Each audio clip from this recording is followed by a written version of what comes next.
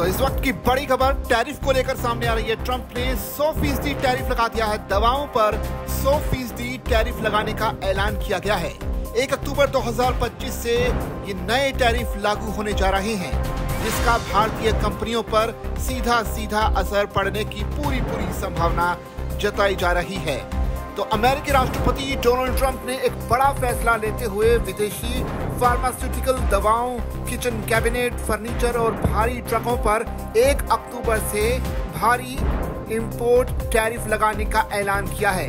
उन्होंने अपने social media platform पर बताया कि इस कदम का मकसद घरेलू विनिर्माण यानी जो डोमेस्टिक प्रोडक्शन है उसे बढ़ाना और नेशनल सिक्योरिटी को सुनिश्चित करना इस पूरे टैरिफ का मकसद है।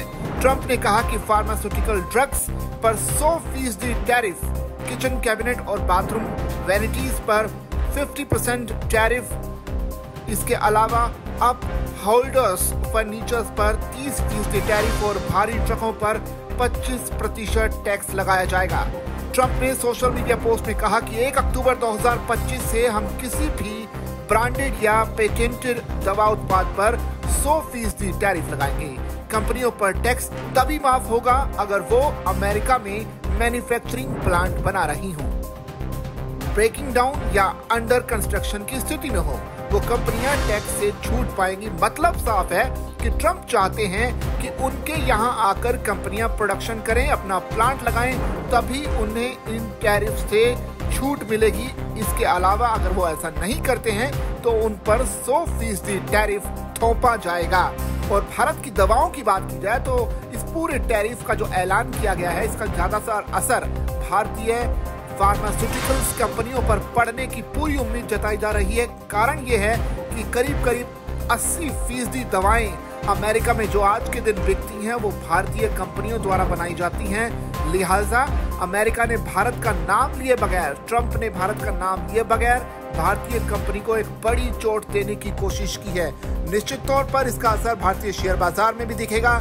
जब सुबह मार्केट खुलेगी तो उस वक्त आप देख सकते हैं कि कैसे फार्मास्यूटिकल्स कंपनियों पर इसका नेगेटिव इम्पैक्ट पड़ता है। तो निश्चित तौर पर एक भारत की दवा कंपनियों के लिए एक बुरी खबर डोनाल्ड ट्रंप की तरफ से जताई गई है।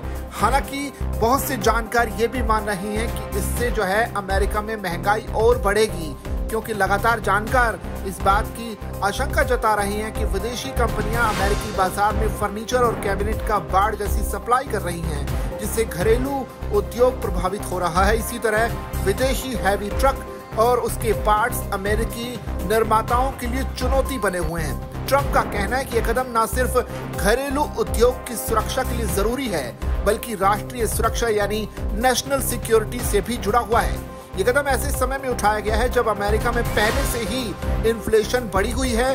विशेषज्ञों का मानना है कि इन अतिरिक्त टैरिफ से और भी ज्यादा महंगाई बढ़ सकती है और आर्थिक विकास की गति धीमी हो सकती है। लेकिन ट्रंप ये सब सोचे बगैर लगातार इस तरह के मुश्किल फैसले ले रही हैं, जो कि अमेरिका के लोगों के लिए भारी परेशानियां बनते जा रही हैं।